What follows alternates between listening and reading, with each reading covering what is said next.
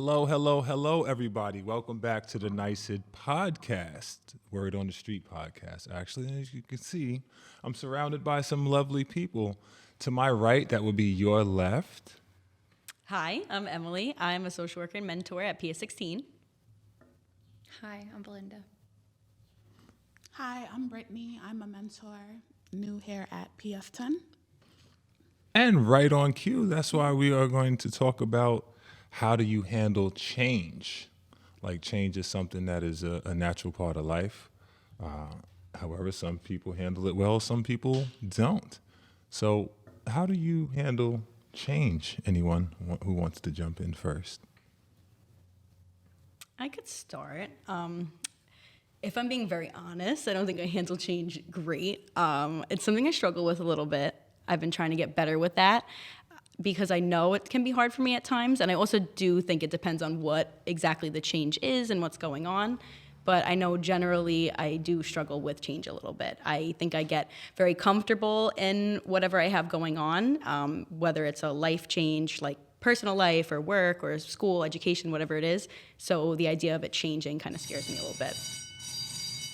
I definitely agree with that. I'm a person who likes routine, so I struggle when it could be any little thing that throws off my norm. I don't respond well to it.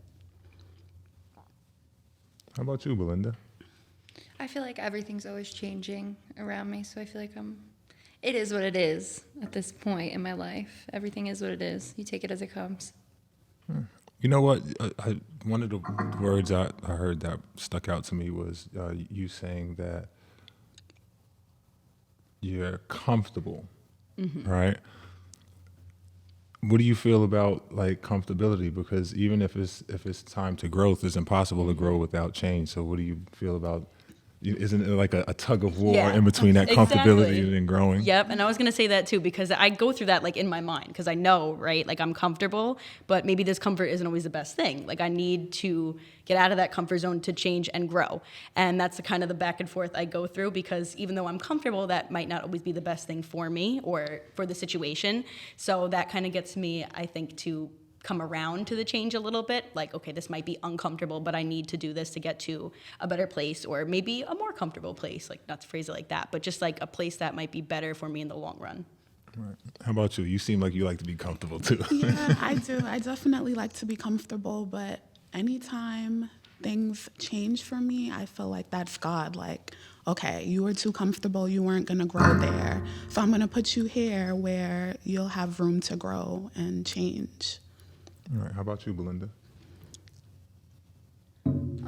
I feel like, like it is what it is. Everything leads you somewhere.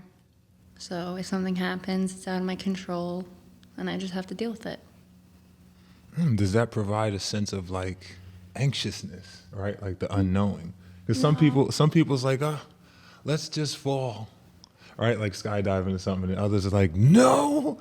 And they hold on to whatever it is before they're going to fall, and they me. just Me too. a good balance. So we have some that's just like, I feel like Belinda, you're just like, let's just jump into it, and then you're like, no. Yeah, no. So how do you deal with it then when it's like you just have no choice? Because sometimes that's the thing I do love about change. Like sometimes you do have a choice. So when let's say you're thrown into it and you don't have a choice, how do you deal with it then? That's the hard part. I feel like when you do have a choice, I don't like regretting things. So I feel like if I do have a choice, I'd rather just make the change. Like you won't regret doing something. I feel like you'll regret not doing something, you know? If you don't take that chance, you never know. I like that. Yeah.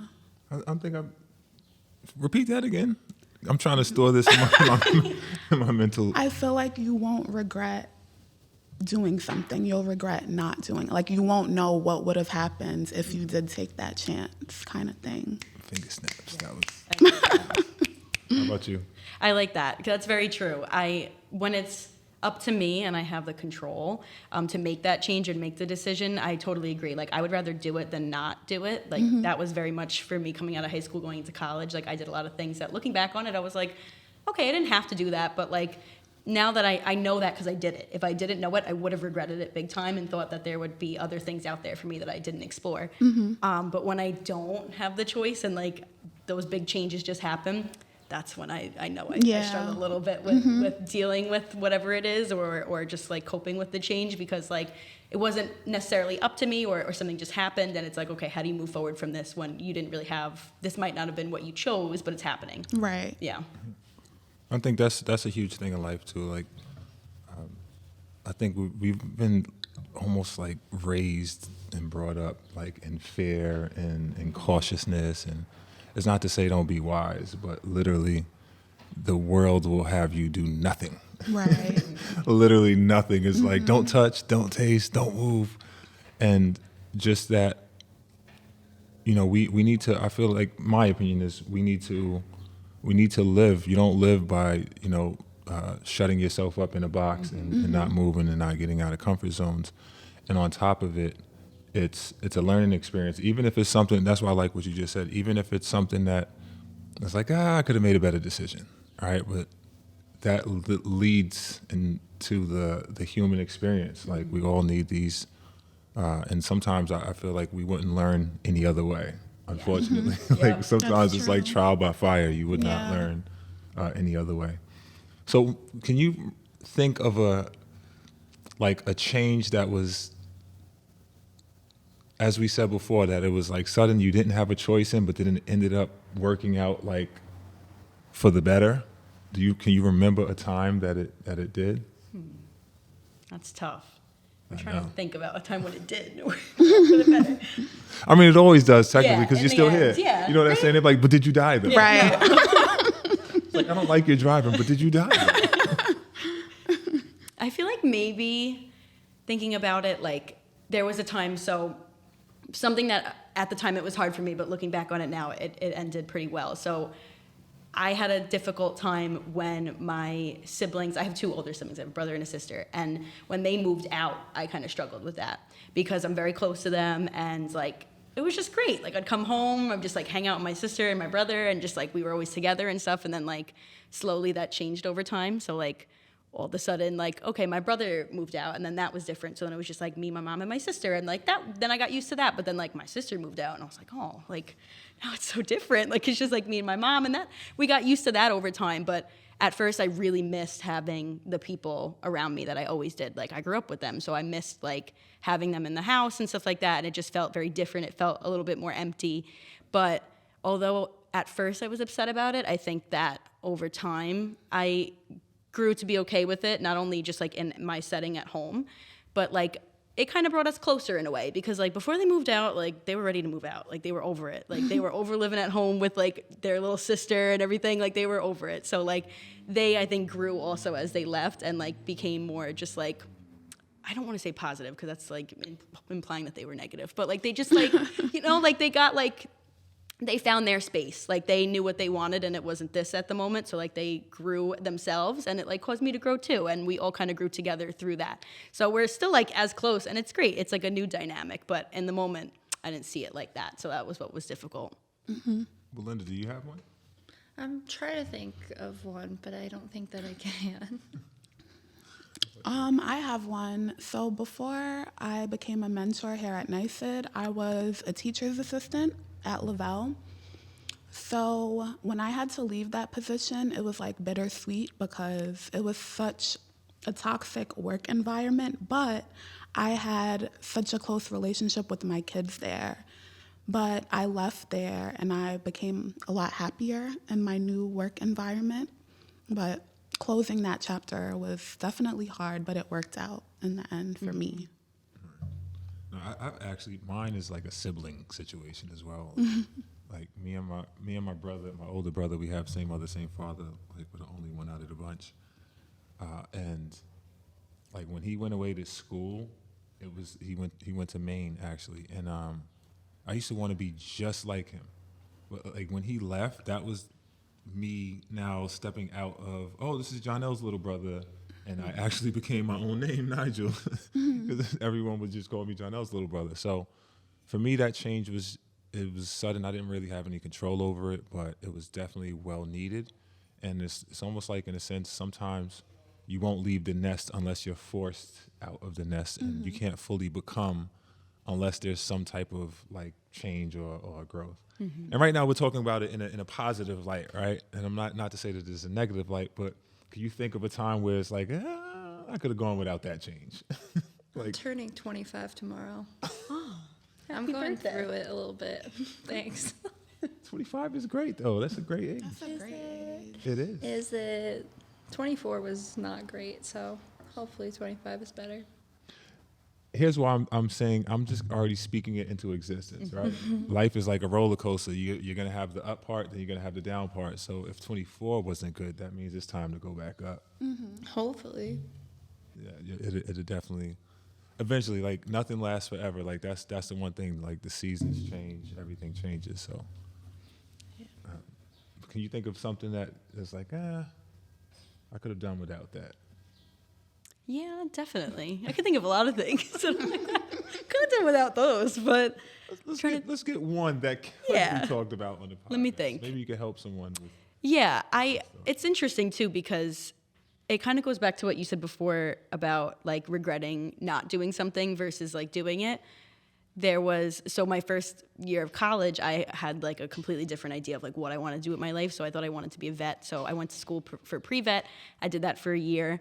And it was, like I said, it was a good experience in the sense that I learned like what I like and what I don't like. And this is something I thought I wanted to do, but I didn't actually. But yeah, I could have done without some of that in the year because I went away to school, but I commuted. So I was like traveling a lot and like all my friends were also away at college. So I didn't have like a lot of people here, I think. And there was just some, like in the long run, I think looking back at the whole experience, I knew it was worth it to like learn from it. But in the moment I was like, yeah, I could definitely, maybe this wasn't the best decision because I was like driving all day back and forth to Jersey and I was at class all day and like it just wasn't the best experience overall. But like I said, now I think it was helpful, but in that moment it was a little rough. I could think of two. Both of mine are actually tied around sports, and I'm going to admittedly have a vulnerable moment here. I remember I was in high school and I was playing for this AAU team, and we was practicing up in the city, and it was like very, very good competition. Like I remember actually a lot of those guys went to like high level or mid-major D1 schools, and we played in this tournament in Rhode Island, and I barely saw the court. That hurt my pride coming from Staten Island. So, on Staten Island or in your little pockets of towns or wherever you live, you might be that person. What ended up happening is I didn't get that much playing time, and that hurt my pride. So I stopped going back. And, this is one of those things where I chose the change. And a similar situation happened like that when I was overseas, and I chose the change. And the one that happened when I was overseas, I was actually playing in Paris. I didn't particularly like the coach. The team was struggling, and I left and went to another team.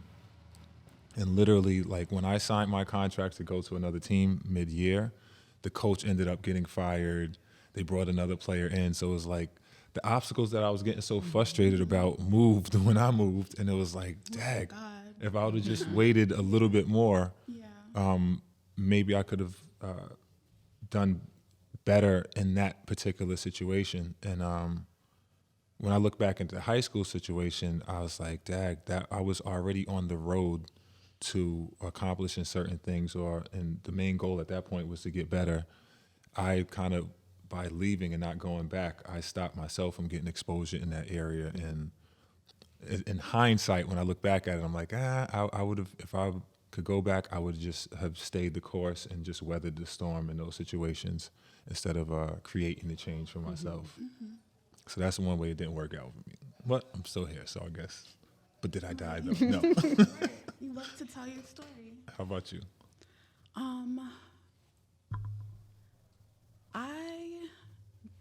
What I want to say is like really like dark and sad, but a change that I had to deal with was losing my dad. Like that, I just had so many questions, like why? Like that definitely was a change that I struggled with.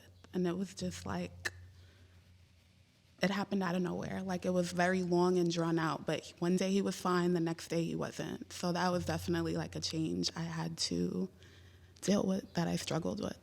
Sorry to hear that. Sorry to hear that. How do you cope, if you don't mind me asking, or what's your support system? Yeah, I have a strong support system. My family is definitely there for me, but I remember like the good times with him, and I know that he's not suffering anymore. So that comforts me, and I know like he's still with me spiritually. So.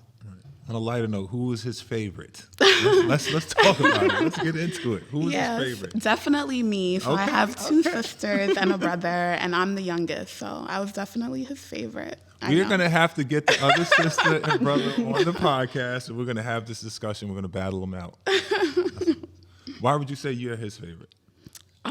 I feel like he had a weak spot for me. Like, anything I needed, my dad will drop everything he's doing. If it's my car, he's going to figure out my car.